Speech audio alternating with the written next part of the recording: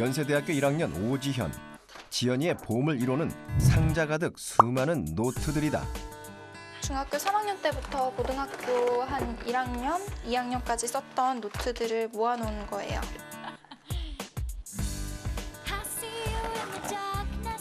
이 많은 노트들을 깨알 같은 글씨로 채워나갔던 오지현.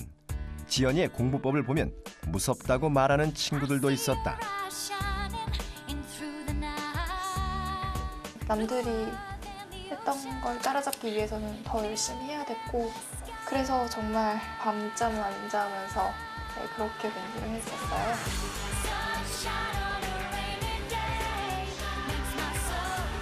목표를 향하여 우직하고 성실하게.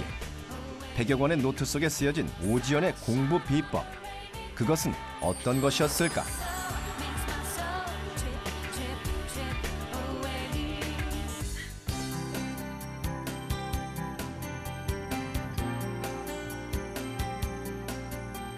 오랜만에 모교를 찾은 오지현.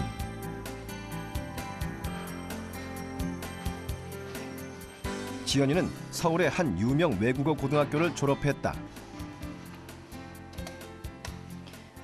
네, 여기가 제가 고3 때 공부를 했던 교실이에요.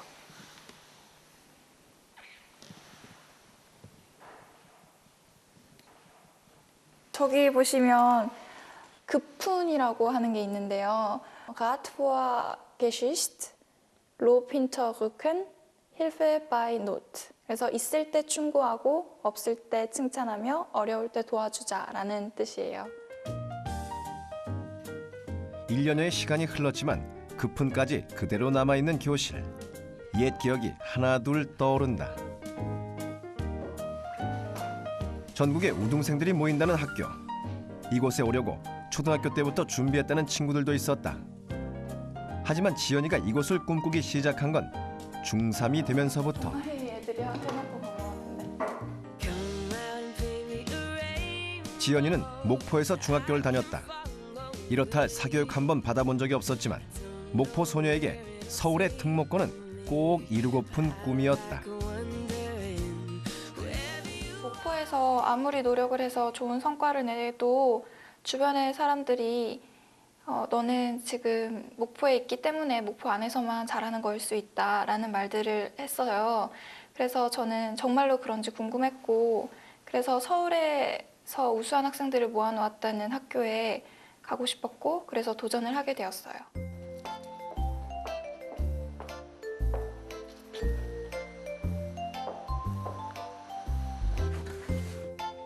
대학생이 된 지금까지도 중학교 3학년 시절 고등학교 입학을 위해 공부했던 흔적들을 그대로 간직하고 있는 오지연. 네, 이 안에 있습니다.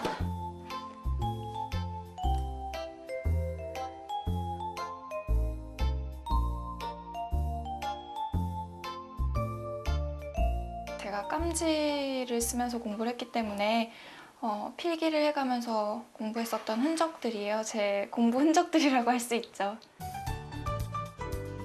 연습장에 공부할 내용들을 깨알같이 작은 글씨로 빈틈없이 써내려고 하는 방법. 지연이가 특목고 입학을 위해 선택했던 공부법은 바로 이 방법이었다. 한 장 한 장 빼곡하게 공부했던 노트들이 방바닥을 모두 덮을 정도. 외고 입시를 위해 10개월간 쓴 노트만도 100권이 훌쩍 넘었다. 다시 한번 이렇게 펼쳐보니까 되게 감회가 새롭네요.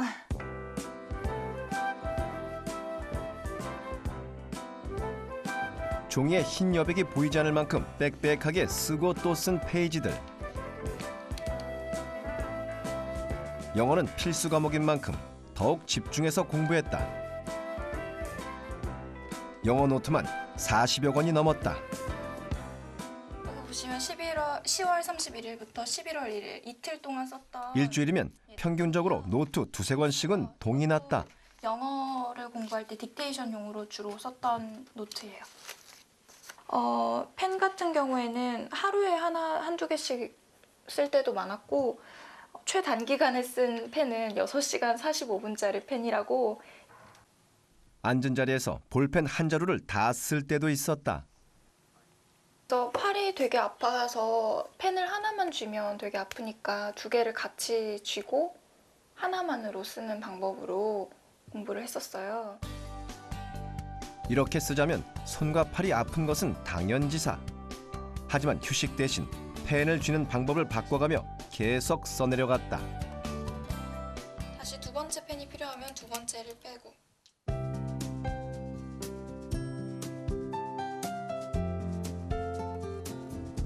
사실 깜지를 쓰며 공부하는 건 아버지의 공부법이기도 했다.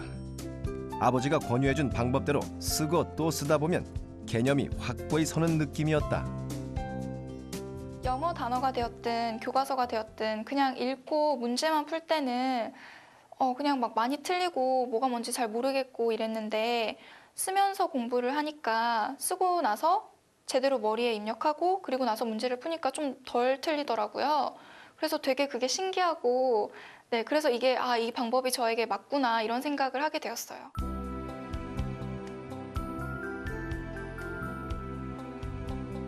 그렇지만 하루 온종일 글씨를 쓰는 것이 쉽지만은 않은 일. 팔이 움직이지 않을 만큼 통증이 밀려올 때도 많았다. 하지만 경쟁에서 뒤지지 않기 위해선 성적을 올려야 했고 알고 있는 방법이라고는 쓰면서 공부하는 것뿐이었다. 인생 최초의 도전에서 어떻게든 성공하고 싶었던 지연이. 그렇게 하루하루를 자신의 목표만을 생각하며 공부했다.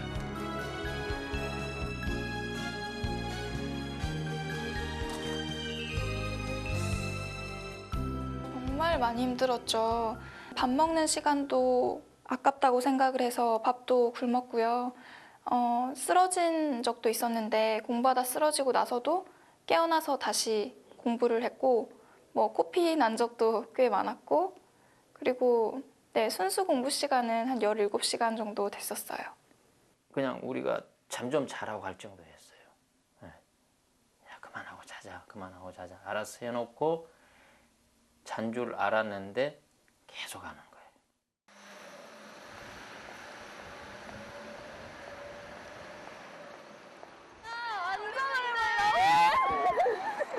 잘 지냈어?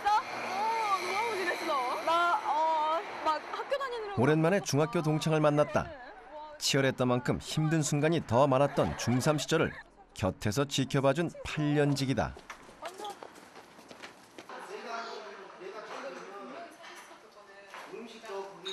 중학교 때 그 기억나냐? 너 쓰러졌던 거? 그거 잊을 수가 없어. 그 뒤로도 몇 번 더 쓰러졌다? 그리고 독종이란 별명은 늘 따라다녔고 지연이의 노트를 보면 무섭다는 친구들도 많았다. 진짜 기록적이었어. 노트 이렇게 이만큼 쌓아지고 보는 거 보면 이렇게 막 깨알 같은 글씨로 이렇게 그걸 빽빽하게 채우는데 제가 한번 따라해 보려고 막 해봤는데 잘 못하겠더라고요. 팔 아파가지고. 근데 정말 그 노트 쓰는 거 보면 장난 아니에요. 그렇게 얻어낸 값진 결과 목포 소녀의 꿈에서도 그렸던 서울 특목고에서의 생활이 시작됐다.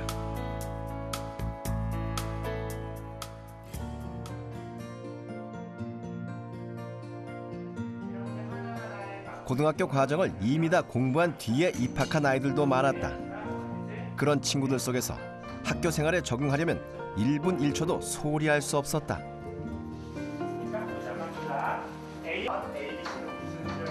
하지만 전국 최상위권 아이들과 경쟁해야 하는 상황. 아무리 열심히 해도 결과는 좋지 않았다.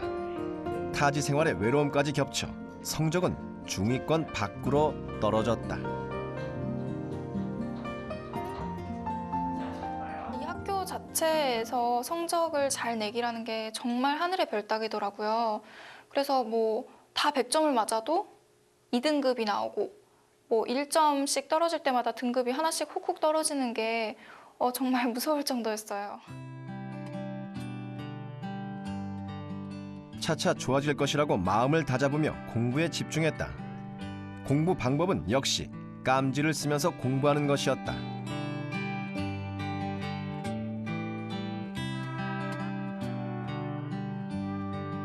하지만 중학교 때와는 달리 깜지를 쓰며 공부하기엔 공부해야 할 양이 너무 방대했다.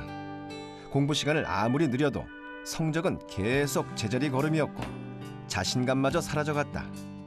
변화가 필요했다. 제가 고등학교 과정에서 깜지를 하지 못하게 된 이유가 공부량이 많아서였거든요. 근데 또 저는 공부법 자체를 바꾸고 싶지는 않아서 그러면 할 수 있는 방법이 공부량 자체를 좀 줄여서 깜지를 하는 방법이잖아요. 그래서 저 같은 경우에는 공부량이 이렇게 많은데 그걸 깜지를 하기 위한 노트 정리용으로 이렇게 줄여서 이 부분만을 깜지로 공부했어요. 네, 이게 제가 고등학교 때 정리를 했던 노트들이에요. 2학년 2학기 지연이는 과목별 정리 노트 만들기에 매달리기 시작했다. 이거는 한지고 한국지리고 이건 세계사, 국사, 경제 노트예요. 그리고 이건 언어 노트고 이 두 권은 수학 노트인데요. 깜지 공부를 하기 위한 필수 작업. 과목별로 반드시 알아야 할 내용들이 간결하면서도 빠짐없이 포함돼 있어야만 했다. 언어 노트는 이렇게 정리를 해놨어요. 지연이의 언어 노트는 여느 오답 노트와 모양새가 좀 다르다. 오답 문제를 쓰고 해설을 곁들인 게 아니라 자신의 실수 요인만을 메모해 그 메모지들을 모아뒀다.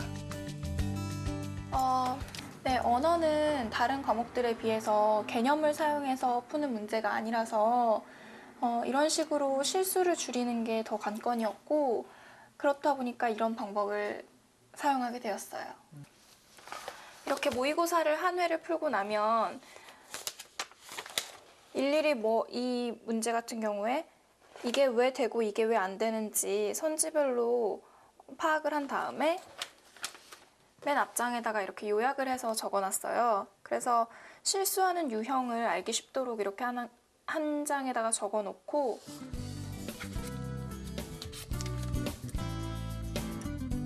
특별히 정해진 시험 범위가 없는 언어 영역은 문제 해결 능력과 지문 분석 능력을 키우고 실수를 줄이는 것이 최선. 문제집을 풀 때마다 자신의 취약점을 철저히 분석했다.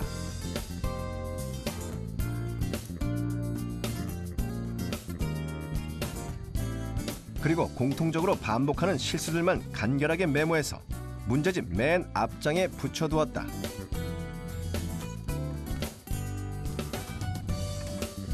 다음은 노트에 정리할 차례. 한 권의 문제집을 모두 푼 다음에는 해당 문제집의 제목과 회차를 쓰고 그 부분에서 자신의 실수들을 기록해 두었던 메모지를 가져와 적당한 위치에 붙인다.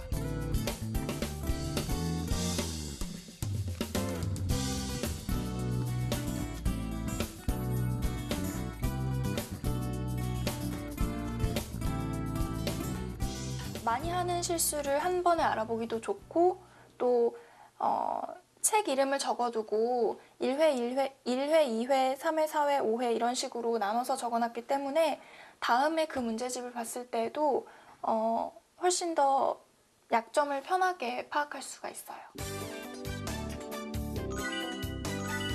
실수를 줄이는 것이 정리의 핵심. 취약점만을 집중적으로 복습할 수 있도록 간결한 형태로 노트를 만들었다. 수학 같은 경우에는 이 노트는 제가 개념 공부를 할 때 개념들만 따로 모아서 정리해 놓은 노트예요. 수학은 기본부터 다시 확실하게 한다는 마음으로 개념 정리부터 시작했다.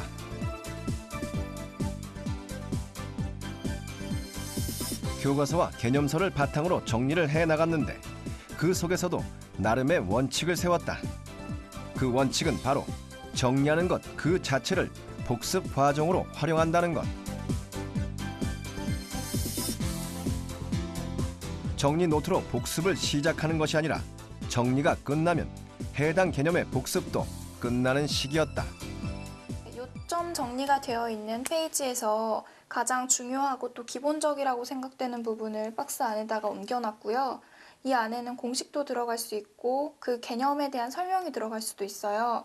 근데 여기에서 나와 있는 공식들을 한 번 더 그 원리를 도출해내는 과정을 적으면서 한 번 더 공부를 하게 되었고요. 그리고 이 부분에 관해서 가장 대표적이라든가 기본적인 문제들은 찾아서 한 번씩 적고 풀어봤어요. 개념과 그 개념의 증명 과정, 그리고 대표 예제까지 3단계로 정리하면서 한 개념을 완벽하게 복습했다. 문제집을 푼 뒤 오답 노트는 별도로 만들었다. 이 수학 노트는 제가 오답 노트를 했던 노트인데요. 문제를 붙인 것도 있고 문제를 적은 것도 있는데 왼쪽에다가는 문제를 적었고 옆쪽에다가는 문제의 풀이를 적었어요. 오답 문제를 다시 볼 때는 풀이 부분을 가리고 풀었다. 개념 정리 노트도 계속해서 꾸준히 만들어 나갔다. 제가 수학을 처음 배운 입장에서 되게 수학에 자신감도 없었고 대표적인 유형을 파악하지 못했었는데 이렇게 한번 교과서를 정리를 하고 나니까 가지고 다니면서 봤을 때 가장 대표적인 유형에 익숙해질 수 있었고 그렇다 보니까 나중에 또 필요한 개념들만 따로 모아서 정리하기에 용이했어요. 정리 노트를 만들면서 지연이는 차분하고 꼼꼼하게 수학을 공부해 나갈 수 있었다.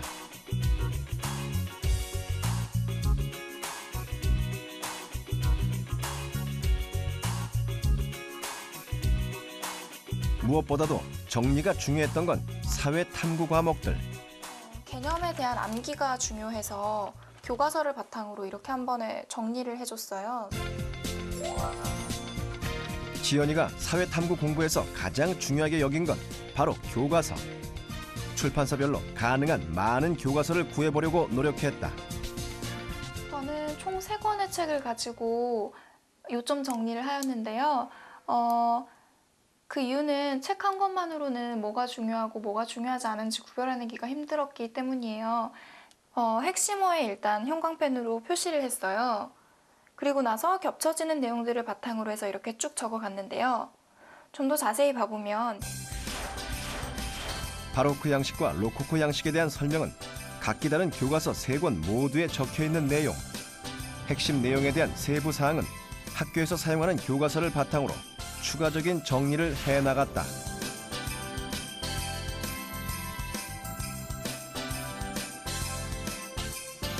교과서 순서대로 정리를 하는 한편 국사나 세계사 같은 과목에 대해서는 특정 주제에 대해 각 시대별 특징을 한 흐름으로 정리해 보기도 했다.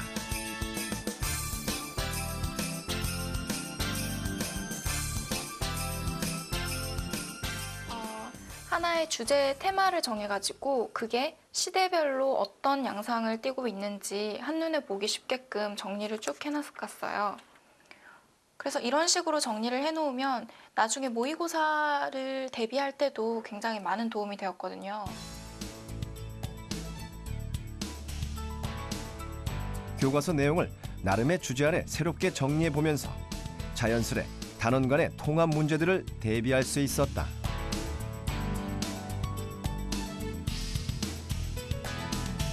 여러 형식의 시도 후 역사 과목을 크게 2권으로 정리한 지연이.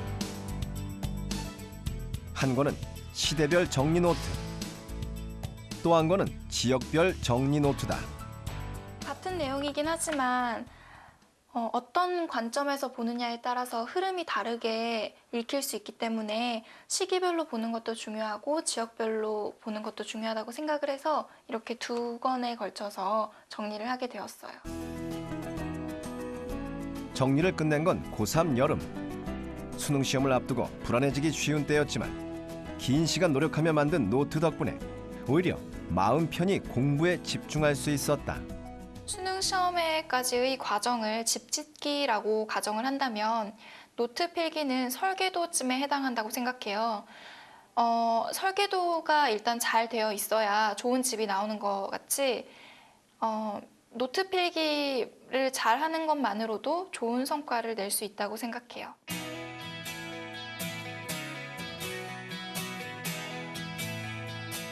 꼼꼼히 정리된 노트를 가지고 다시 깜지를 쓰며 공부에 매달린 지연이. 남들이 아무도 모르는 특별한 비법은 아니었지만 지연이에게는 가장 효과적인 방법이었다.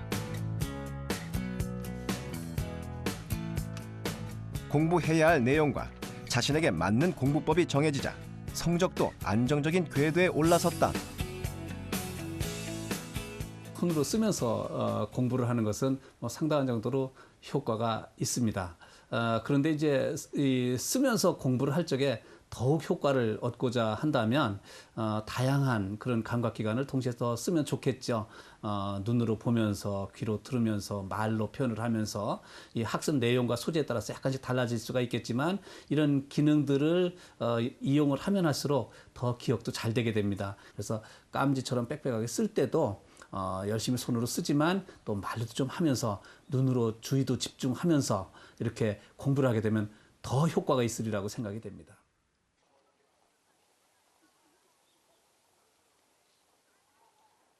어학 여행 가본 적 있니? 이런 얘기죠. 자, 한번 해보나요? 독학 코스. 연세대학교 교육학부에 4년 전액 장학금을 받고 입학할 수 있었던 지연이.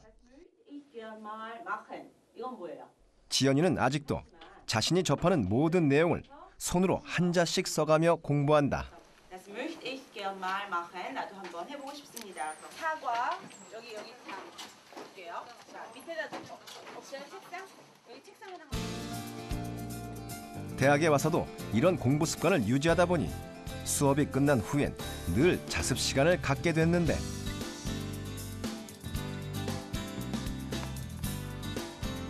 수업 내용을 빠짐없이 기록해온 노트를 가지고 자신만의 새로운 정리 노트를 만들어야 하기 때문이다.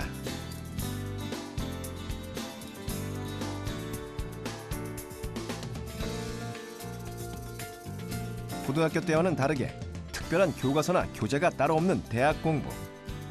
수업 내용을 모두 소화해 자신만의 진짜 공부를 하려면 지연이에겐 어느 때보다 노트 정리가 중요하다.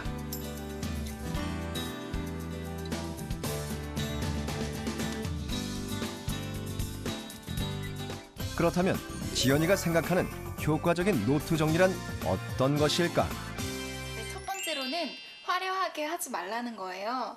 보통 노트 필기를 한다고 그러면 형형색색으로 하는 분들이 많은데 중요한 부분만을 따로 골라서 노트 필기를 한 건데 굳이 그 사이에서 또 중요한 것과 중요하지 않은 것을 가릴 필요가 있나 하는 생각도 들고요.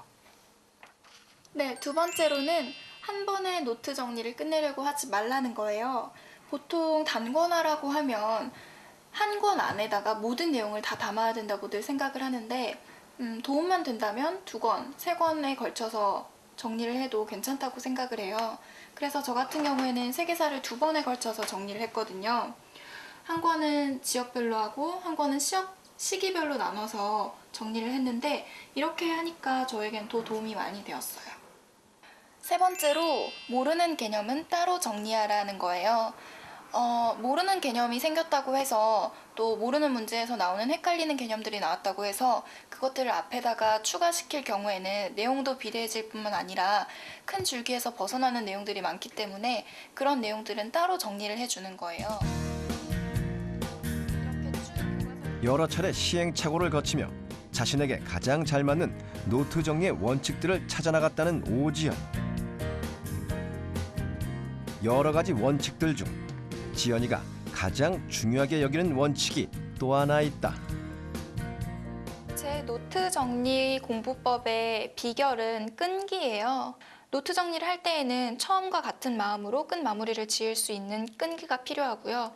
노트 정리를 끝내고 나서는 그 노트를 계속해서 봐주면서 개념을 완성시켜가는 그런 끈기가 필요해요.